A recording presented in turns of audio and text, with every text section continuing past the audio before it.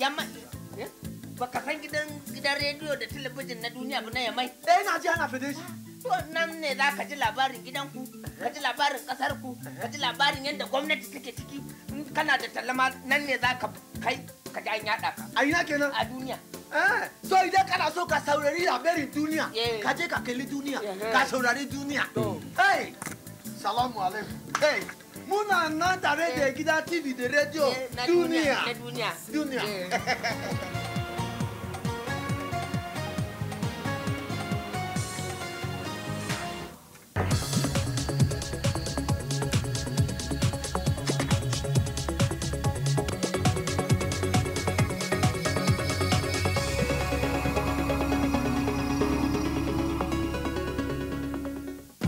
Le président de la République, chef de l'État Issoufou Mahamadou, a pris part mardi au sommet des Nations Unies sur le climat. Au menu de ce sommet, les mesures multilatérales et multipartites sur l'agriculture en relation avec les changements climatiques. En prélude à la journée nationale du contribuable édition 2014, couplée au lancement officiel du site web de la Direction générale des impôts, le directeur général de la institution a livré un message à Mahamadou en appelle les concitoyens à s'intéresser davantage à la fiscalité. À moins de 2 semaines de la fête de Tabaski, les moutons sont disponibles dans les différents marchés de bétail. Les clients sont rares à suivre dans ce journal. Un reportage. Mesdames et messieurs, bonsoir et merci d'être avec nous pour cette grande édition d'information. Le sommet des Nations Unies sur le climat a eu lieu mardi dernier à New York. Il fut co-présidé par le président de la République, Issoufou Mahamadou, et Mark Rutte, Premier ministre des Pays-Bas. Au menu de ce sommet, les mesures multilatérales et multipartites sur l'agriculture en relation avec les changements climatiques. Le secrétaire général des Nations Unies, Ban Ki-moon, et de nombreux chefs d'État ont pris part à cette importante rencontre. Le chef de l'État du Niger est intervenu au cours de cette session. Quelle a été la quintessence de son message? Isidore Banaba. D'emblée, Issoufou Mahamadou a souligné la nécessité de relever un défi majeur, à savoir nourrir 9 milliards de personnes en 2050 dans un contexte de changement climatique de plus en plus affirmé. Pour ce faire, le chef de l'État, dirigeant des pays de l'ONU, a promouvoir urgemment une agriculture intelligente face au climat. Il s'agit, a-t-il martelé, d'envisager tous ensemble d'accroître durablement et sans tarder la productivité agricole, la résilience des populations rurales et les systèmes alimentaires et de réduire l'intensité des émissions produites par les systèmes alimentaires. L'agriculture doit être une partie de la solution et non une partie du problème, a dit le président de la République, rappelant que le Niger, depuis des décennies, connaît une situation de sécheresse cyclique et de désertification, entraînant des crises alimentaires et nutritionnelles récurrentes. Pour que désormais, sécheresse ne soit plus synonyme de famine, a expliqué le chef de l'État, les autorités nigériennes ont décidé de s'attaquer aux causes structurelles de l'insécurité alimentaire et nutritionnelle, tout en faisant face aux situations d'urgence. Selon notre confrère Abdourahmane Alilou, lundi dernier, le président Issoufou a pris part aux côtés de ses homologues de Côte d'Ivoire, du Tchad, à un débat de haut niveau sur la mise en œuvre du dividende démographique au Sahel. Cette rencontre a été organisée par la Banque mondiale et le Fonds des Nations Unies pour la population, l'UNFPA. Elle a ainsi permis aux 3 chefs d'État, aux dirigeants de la Fondation Melinda Gates et d'autres organisations mondiales de galvaniser les engagements visant, entre autres, à accélérer la transition démographique et à mobiliser les partenaires régionaux et mondiaux en faveur de la région du Sahel, en vue notamment d'améliorer les conditions de vie des jeunes filles et des femmes.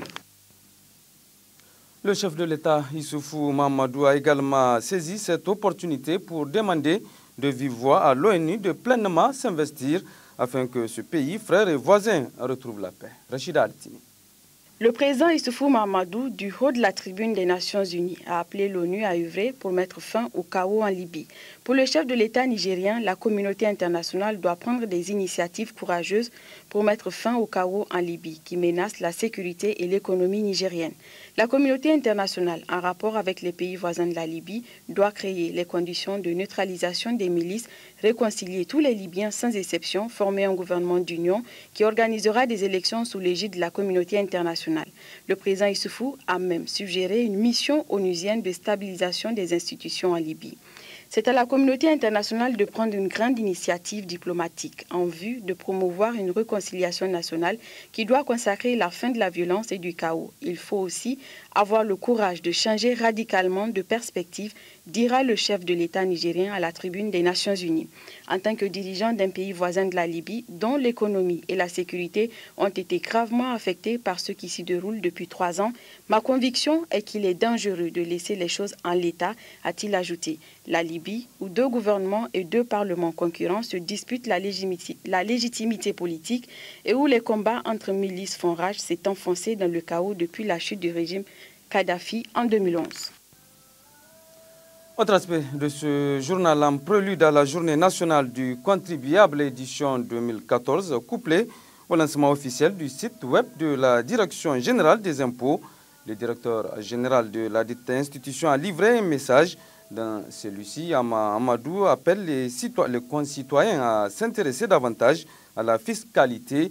Il a également évoqué la particularité de cette 2e édition de la journée nationale du contribuable. Écoutons Hama Amadou. La Direction générale des impôts du Niger souhaite s'ouvrir aux citoyens du Niger et aux citoyens du monde. Nous souhaitons dire que nous savons que nous avons des faiblesses. Mais cette administration, depuis un moment, travaille au bonheur des Nigériens. Elle est considérée dans l'espace IOMOA, à défaut d'être la meilleure des administrations des impôts, l'une des plus performantes possible. Beaucoup de Nigériens l'ignorent.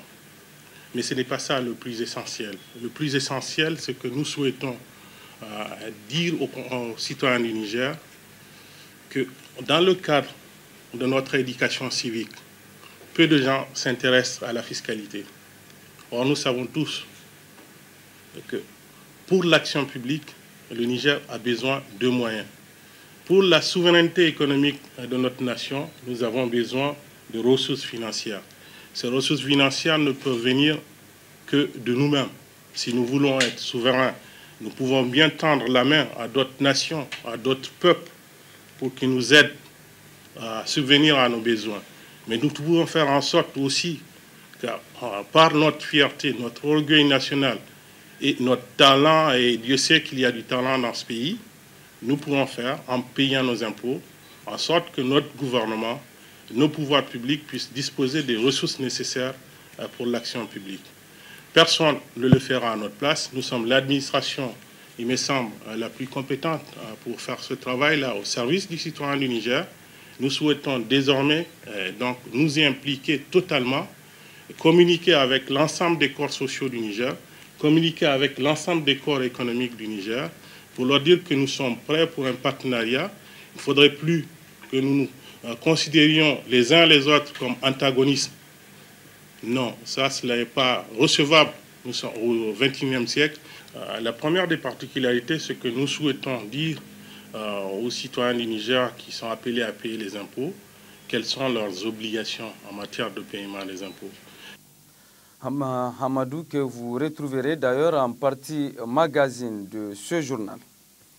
Cela dit, cérémonie de lancement ce matin du rapport national sur l'enquête de la pratique sage-femme. C'était dans la salle de conférence du SNAD. La dite cérémonie était placée sous la présidence de la ministre en charge de l'enseignement secondaire, assurant l'intérim de son homologue de la santé publique, Tahirou Amadou.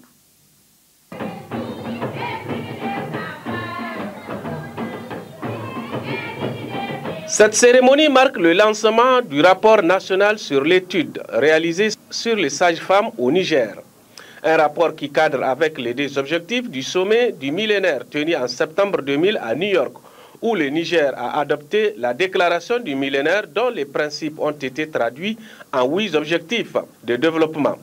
Ainsi, pour atteindre les 2 objectifs liés à la santé, qui sont entre autres réduire la mortalité infantile, améliorer la santé maternelle, actrice clé dans l'assurance de la santé maternelle et néonatale. Les sages-femmes remplissent des fonctions qui améliorent et souvent même ces couches vulnérables. C'est dans cette optique qu'au cours du lancement de cette étude, la ministre de l'enseignement secondaire assurant l'intérim de son homologue de la santé publique a rendu un hommage mérité à toutes les sages-femmes. J'ai saisi l'opportunité pour rendre un hommage mérité à toutes les sages-femmes qui œuvrent inlassablement pour le bien-être de la population. Le dénominateur commun de toutes les interventions qui sont en mesure de sauver la vie de la mère et de l'enfant est la sage-femme. Il est clairement établi que celle-ci est au premier rang dans le combat contre la mortalité maternelle. C'est donc à juste titre que le ministère de la Santé publique, en collaboration avec l'Association des sages-femmes du Niger, a entrepris avec l'appui technique et financier du Fonds des Nations Unies pour la population de réaliser de la présente étude qui fait l'objet de lancement ce matin. Un processus participatif a permis de collecter, de traiter, d'analyser les données et de valider le rapport. L'étude a permis de disposer d'une importante base de données sur les sages-femmes et d'établir un profil des sages-femmes au Niger. À moins de 460 jours de l'échéance de 2015, l'amélioration des services des sages-femmes pourrait éviter d'ici là plusieurs milliers de décès chez les mères et les nouveau-nés dans un contexte où chaque décès maternel ou néonatal est un décès de trop. Cette étude a été prise en compte pour l'élaboration du rapport mondial sur l'état de la sage-femme qui a été lancé en marge du 30e congrès triennal de la sage-femme à Prague, en République tchèque. D'importants efforts ont été déployés par l'État et ses partenaires pour améliorer la santé infantile. Prenant la parole, la présidente de l'Association des sages-femmes du Niger a félicité les partenaires techniques qui ont contribué à l'élaboration de cette étude. Les résultats de cette étude ont contribué à l'élaboration d'un rapport national sur la pratique sage-femme, ce qui a permis au Niger de participer à la production du rapport mondial sur la pratique sage-femme lancé à Prague, en République tchèque, du 1er au 5 juin 2014. Je tiens ici à remercier l'UNFPA, le ministère de la Santé publique et tous ceux qui ont participé à l'élaboration de ce rapport. Je ne terminerai pas mon allocution sans inviter tous les acteurs, décideurs politiques, les législateurs, les planificateurs, les gestionnaires des ressources humaines, les partenaires techniques et financiers, la société civile, les femmes, les hommes, les jeunes, des villes comme des campagnes, à nous soutenir chacun et chacune dans sa sphère de compétences afin de donner à la profession sage-femme ses lettres de noblesse. Accroître l'accès des femmes à des services de sage-femme de haute qualité est devenu l'objet majeur des efforts déployés par le gouvernement avec l'appui de ses partenaires pour concrétiser le droit de chaque femme aux meilleurs soins de santé possible durant la grossesse et l'accouchement. Cette étude, motivée par le souci de disposer de données actuelles et fiables sur la situation des sages-femmes, a été conduite sous le leadership du ministère de la Santé publique, sous l'assistance technique de l'Association des sages-femmes du Niger et soutenue par l'assistance technique et financière du Fonds des Nations Unies pour la population. Les résultats de cette étude permettent de compléter les informations disponibles sur certaines situations des sages-femmes.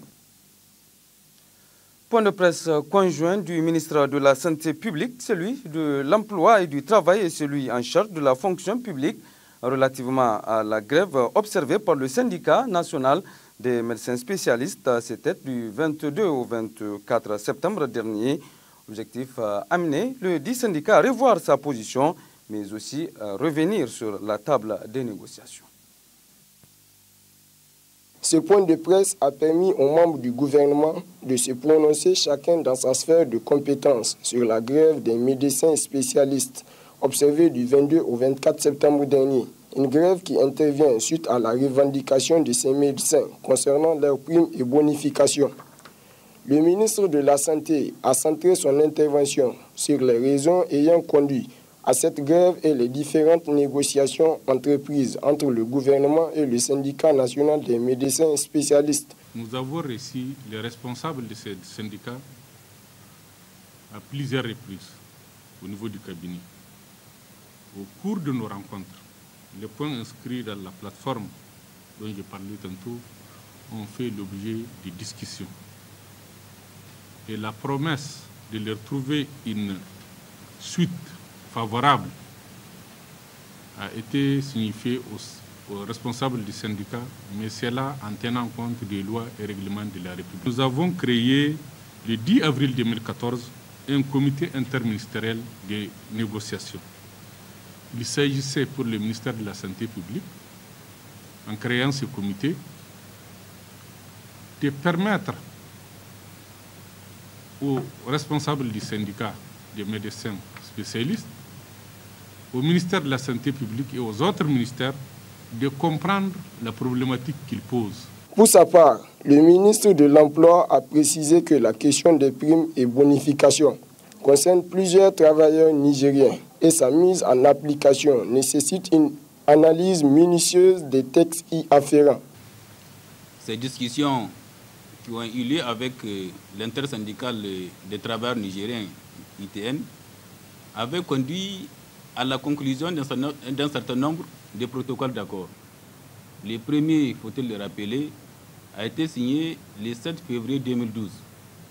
Puis ensuite, il y a eu un autre protocole additionnel signé le 2 novembre 2012. Ces différentes discussions ont pris en charge l'ensemble des questions, l'ensemble des revendications qui ont été posées par l'ensemble des travailleurs nigériens. Et on avait trouvé des solutions au cas par cas. Quand vous prenez toutes les revendications qui sont en train d'être posées ces derniers jours, c'est des réclamations, des revendications qui portent sur des primes et indemnités spécifiques. Alors même que ces points a fait l'objet des discussions et d'un protocole d'accord contenu dans ces protocoles d'accord additionnels de novembre 2012. Le ministre de la fonction publique et des réformes administratives, quant à lui, appelle au bon sens du syndicat des médecins spécialistes afin de revoir leur position. Le gouvernement comprend tout à fait que des cadres qui ont passé 10 ans en train de faire des études après le doctorat soient rémunérés autrement que d'autres qui ont passé peut-être 1 an, 5 ans, 6 ans après le bac. Donc nous sommes d'accord. Il s'agit juste de trouver les moyens appropriés pour mettre en application les réformes qui s'imposent. Et nous comptons, comme l'a dit le ministre de l'Emploi et du Travail et de la Sécurité sociale, sur la compréhension des médecins, du fait que ça va prendre un temps. C'est un travail que nous menons ensemble avec les représentants des différents syndicats. J'espère que les représentants de ces syndicats prendront une part active pour qu'ensemble nous arrivons à finir avec cette question qui fait trop de tort à la population nigérienne, surtout aux malades qui sont déjà si durement éprouvés. Notons enfin que tous ces ministres n'ont pas manqué de formuler le vœu de voir le syndicat des médecins spécialistes revenir sur la table des négociations afin de trouver une solution à cette grève qui a des conséquences énormes sur la santé des populations et qui entrave le bon fonctionnement des centres sanitaires. Suite de ce journal, le Conseil supérieur de la communication organise depuis ce matin dans ses locaux un atelier dit de validation du plan stratégique 2014-2019 de la dite institution. Il s'agit à travers ces assises de définir un plan stratégique pour le bon fonctionnement du CSC. Ali Matouab. Financé par le projet Révalorisation de Vivre Ensemble Rêve, cet atelier de validation du plan stratégique 2014-2019 du Conseil supérieur de la communication s'inscrit dans le cadre des travaux de la session ordinaire du Conseil au titre du mois de septembre. Dans son mot introductif, le président du Conseil supérieur de la communication s'est penché sur les deux raisons qui ont conduit à l'élaboration d'un plan stratégique pour le CSC. La première, vous savez sans doute, le Niger a bientôt 23 années de pratique de régulation. Depuis la conférence nationale souveraine qui a mis en place la première instance, beaucoup d'expériences en matière de régulation se sont déroulées. Il faut donc capitaliser toutes ces expériences dans ce qu'elles ont de positif pour le renforcer, le consolider, mais même dans ce qu'elles ont de négatif pour l'éviter. La deuxième raison qui nous a conduit à élaborer un plan stratégique, c'est la nouvelle disposition de la loi 2012-34 du 7 juin portant composition, attribution et fonctionnement du CSC. Elle fixe désormais un mandat unique de 5 ans à l'instance de régulation. Après avoir rappelé les 3 axes sur lesquels vont s'effectuer les échanges, Abdraman Ousmane a par la suite lancé un appel à l'endroit des participants. Le plan stratégique propose 3 axes. Le premier axe, c'est le renforcement de la gouvernance structurelle, administrative et financière du CSC. Le deuxième axe, c'est le développement des capacités opérationnelles du Conseil supérieur de la communication. Et le troisième axe, c'est le développement et la consolidation du partenariat du CSC. Et c'est sous la base de ces 3 axes que le plan d'action prioritaire avait été proposé. Il nous appartient donc au cours de ces 2 jours d'échanger autour de ces propositions, de retenir celles que nous estimons les plus pertinentes, mais surtout celles dont le Conseil supérieur de la communication a les capacités et les moyens de mettre en œuvre. Pour terminer, donc, lancer un appel aux membres du Conseil, donc au personnel administratif et technique, aux partenaires techniques et financiers qui nous accompagnent dans ce processus, ainsi qu'à la Maison de la Presse, qui est notre partenaire stratégique dans le domaine des médias. Donc à tous les participants à ce séminaire, à cet atelier, donc je souhaite plein succès. Le plan stratégique 2014-2019 du Conseil supérieur de la communication, une fois élaboré, va favoriser la bonne marche des activités du dit Conseil. Début ce matin à Africa Hall, des travaux d'un atelier de formation des conseillers en apprentissage et des cadres du Fonds d'appui à la formation professionnelle continue et à l'apprentissage. L'objectif est d'outiller ces acteurs sur les instruments de mise en œuvre de l'apprentissage. Al-Mokhtar Kaïm. Formation professionnelle continue et à l'apprentissage FAFCA. Elle a pour objectif d'outiller les acteurs de l'apprentissage que sont les participants, surtout les instruments de mise en œuvre de l'apprentissage, notamment la réglementation de l'apprentissage et les outils de suivi de l'apprentissage. Dans le cadre de la mise en œuvre de ce type de formation, un certain nombre d'outils sont utilisés afin d'assurer l'encadrement efficace de la formation ainsi que le suivi des apprentis, aussi bien en atelier qu'au centre de formation. Ces outils sont utilisés par les acteurs de l'apprentissage que vous êtes, chacun en fonction du rôle qu'il joue et des responsabilités qui sont les siennes dans la conduite de ce type de formation. Le directeur de cabinet du ministère des Enseignements professionnels et techniques, en ouvrant les travaux, a souligné l'intérêt que les autorités de la 7e République, avec à leur tête le président de la République, accordent à la formation professionnelle. Son Excellence, le président de la République, Issoufou Mahamadou, dès la prise du pouvoir, il a mis en avant la formation professionnelle.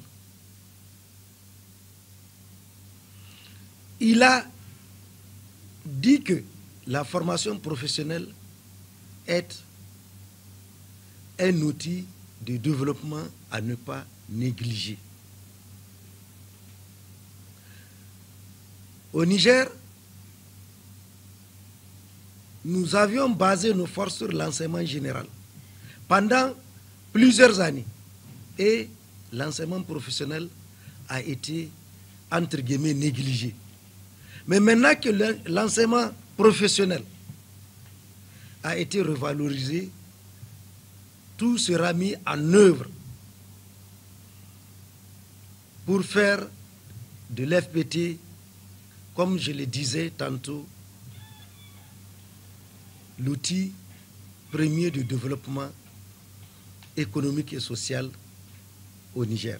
Cet atelier qui durera 3 jours vient à point nommé et s'inscrit dans la parfaite logique du PCF qui fait de la généralisation et de l'extension de l'apprentissage une priorité afin de permettre le développement des compétences à même d'assurer les besoins du marché du travail et de l'économie au niveau local.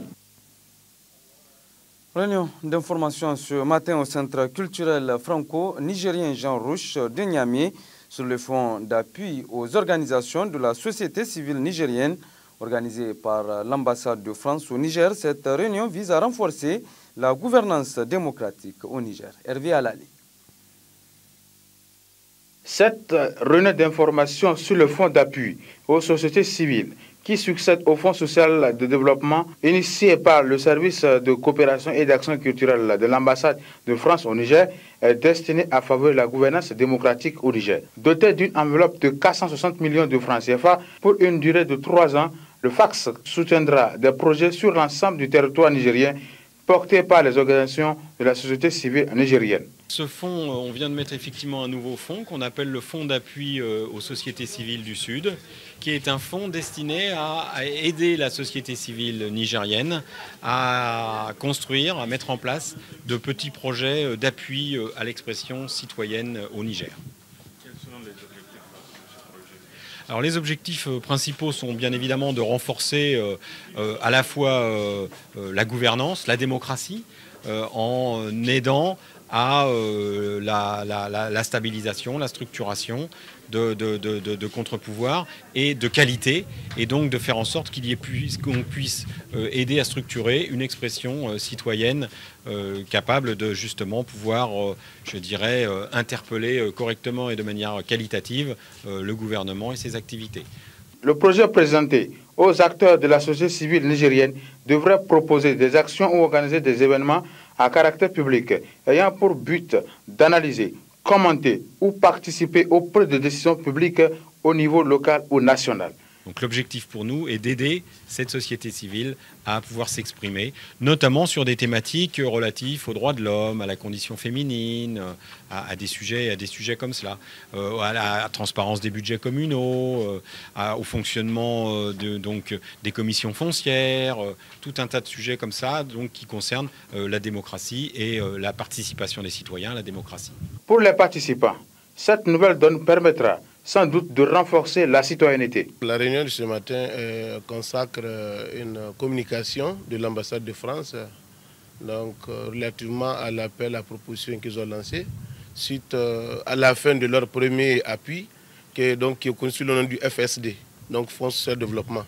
Donc au terme de ce projet, maintenant ils ont changé, ils ont modulé et donc cette fois-ci ils nous ont dit dans leur communication que le projet principalement porte ici pour les 3 années à venir sur le renforcement des capacités des OSC, donc surtout en matière de la gouvernance locale et de la démocratie.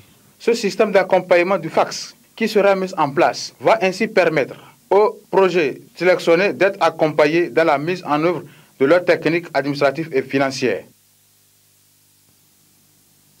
À Dosso, les jeunes volontaires du camp national des jeunes ont organisé hier une conférence débat initiée par un groupe de jeunes leaders ayant participé à la rencontre du président américain avec 500 jeunes africains. La dite conférence vise à sensibiliser les jeunes sur la question du leadership au Niger. Aussi Abdraman. Cette conférence débat d'un groupe de jeunes leaders sur la promotion du leadership au Niger intervient après la rencontre du président américain Barack Obama avec 500 jeunes leaders d'Afrique dans le but de contribuer à la transformation du continent africain et de renforcer leurs capacités à travers le networking.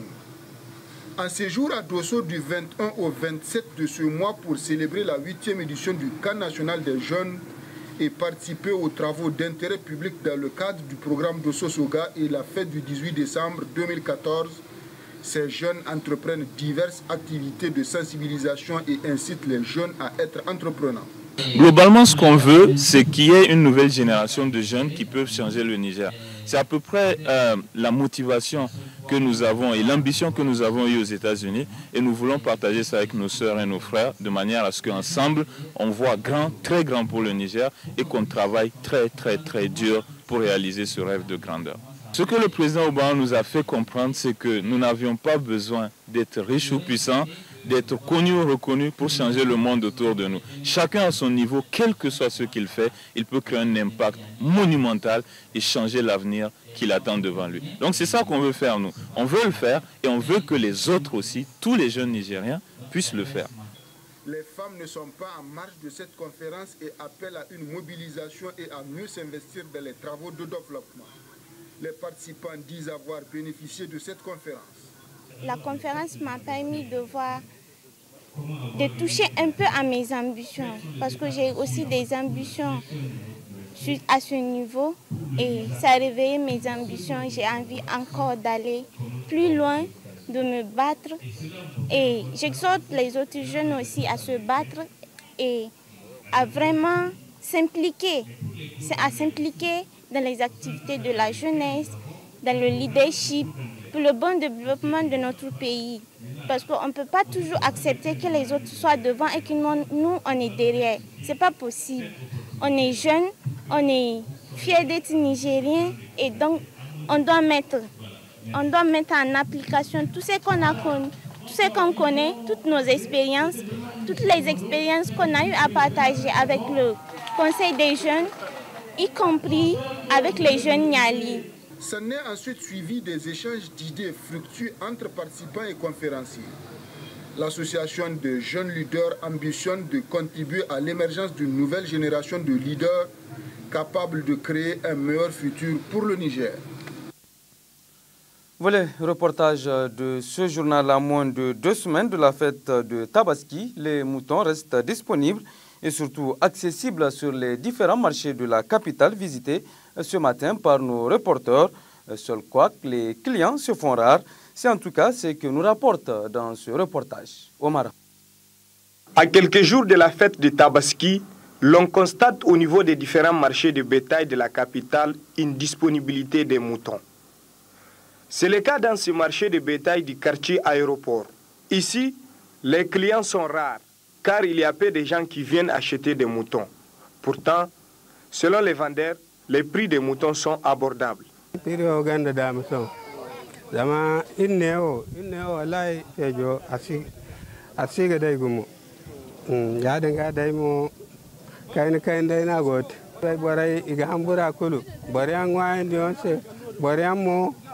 igana dingaina koga hau barangin ga sambuga sekeni ya feji bambata feji beriango no bargen do ala zambar waitaci zambar waranza bargudu zambar waran kwana Une situation qui, selon les vendeurs, s'explique par le fait que les vendeurs ambulants des moutons fournissent tous les clients. Zani di mote shi ka kai nongo ni ga bede de misini ya wokan irko kan de no korara meda me almanno korara no almanego ni goni bitigo jaraga makande feji madde ni ga ka hebu ni be wati din interdit no ite bor kulsi ne korara kala hebu to wodi shi no so wallahi hebo wona gonda dogone amma bore shi ba dogone Nigeria wo shi ba dogone. Cette situation peut aussi s'expliquer par la morosité économique et le non-paiement des salaires au niveau de certains travailleurs, notamment ceux du privé. Nous en venons enfin à la partie magazine de ce journal et comme annoncé en prélude à la journée nationale du contribuable édition 2014 couplée au lancement officiel du site web de la Direction générale des impôts, le directeur général de la dite institution a donc livré un message. Dans celui-ci, Amadou appelle les concitoyens à s'intéresser davantage à la fiscalité. Il a également évoqué la particularité de cette deuxième édition de la Journée nationale du contribuable. Je vous propose de suivre l'intégralité de ce point de presse avec Hama Amadou. Il est directeur général des impôts. Très bonne réception, au revoir. La Direction générale des impôts du Niger souhaite s'ouvrir aux citoyens du Niger et aux citoyens du monde. nous souhaitons dire que nous savons que nous avons des faiblesses. Mais cette administration, depuis un moment, travaille au bonheur des Nigériens. Les considérer dans l'espace IOMOA, à défaut d'être la meilleure des administrations des impôts, l'une des plus performantes possibles. Beaucoup de Nigériens l'ignorent. Mais ce n'est pas ça le plus essentiel. Le plus essentiel, c'est que nous souhaitons dire aux citoyens du Niger que dans le cadre de notre éducation civique, peu de gens s'intéressent à la fiscalité. Or, nous savons tous que pour l'action publique, le Niger a besoin de moyens. Pour la souveraineté économique de notre nation, nous avons besoin de ressources financières. Ces ressources financières ne peuvent venir que de nous-mêmes. Si nous voulons être souverains, nous pouvons bien tendre la main à d'autres nations, à d'autres peuples, pour qu'ils nous aident à subvenir à nos besoins. Mais nous pouvons faire en sorte aussi que, par notre fierté, notre orgueil national et notre talent, et Dieu sait qu'il y a du talent dans ce pays, nous pourrons faire, en payant nos impôts, en sorte que notre gouvernement, nos pouvoirs publics puissent disposer des ressources nécessaires pour l'action publique. Personne ne le fera à notre place. Nous sommes l'administration, il me semble, la plus compétente pour faire ce travail-là au service du citoyen du Niger.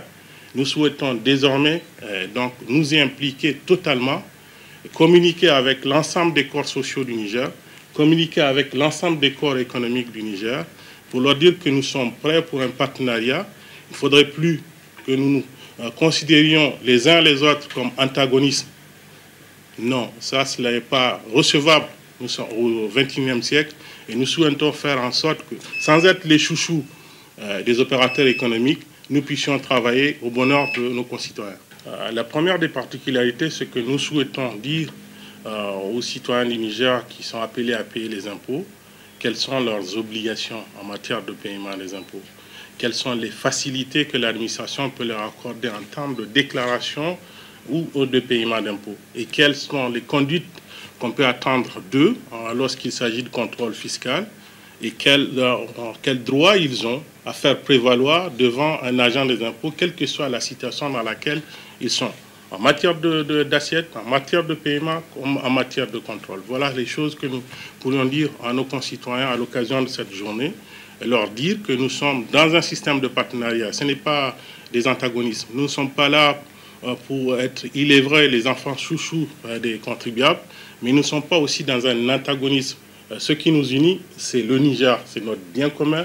Nous souhaitons que ce bien il soit le plus précieux possible, qu'il soit prospère, pour permettre à chacun des Nigériens d'avoir une bonne éducation, d'avoir une santé qui soit la plus convenable possible, d'avoir un confort de vie qui lui permette d'être fier de sa patrie. Nous voulons instituer un nouveau modèle de gouvernance fiscale, un nouveau modèle pour les agents même qui sont dans l'administration des impôts, dont il est attendu un certain confort de qualité vis-à-vis des citoyens, mais aussi un nouveau message aux contribuables et aux citoyens en termes de transparence, en termes de qualité des services de la Direction générale des impôts. Donc nous voulons donner des informations qui soient instantanées, des informations qui étaient jusqu'ici à l'intérieur de l'administration des impôts, mais qui vont être publiques parce que la loi nous l'exige, parce que les bonnes pratiques nous le commandent et parce que c'est notre volonté de renouveler notre gouvernance. Donc nous allons passer à une étape qui consiste à dire quoi? À dire que tous les Nigériens disposeront, ceux qui en tout cas ont la possibilité d'aller sur les réseaux sociaux, ceux qui ont la possibilité d'aller sur Internet, ils auront à leur disposition l'ensemble de l'infrastructure juridique en matière fiscale.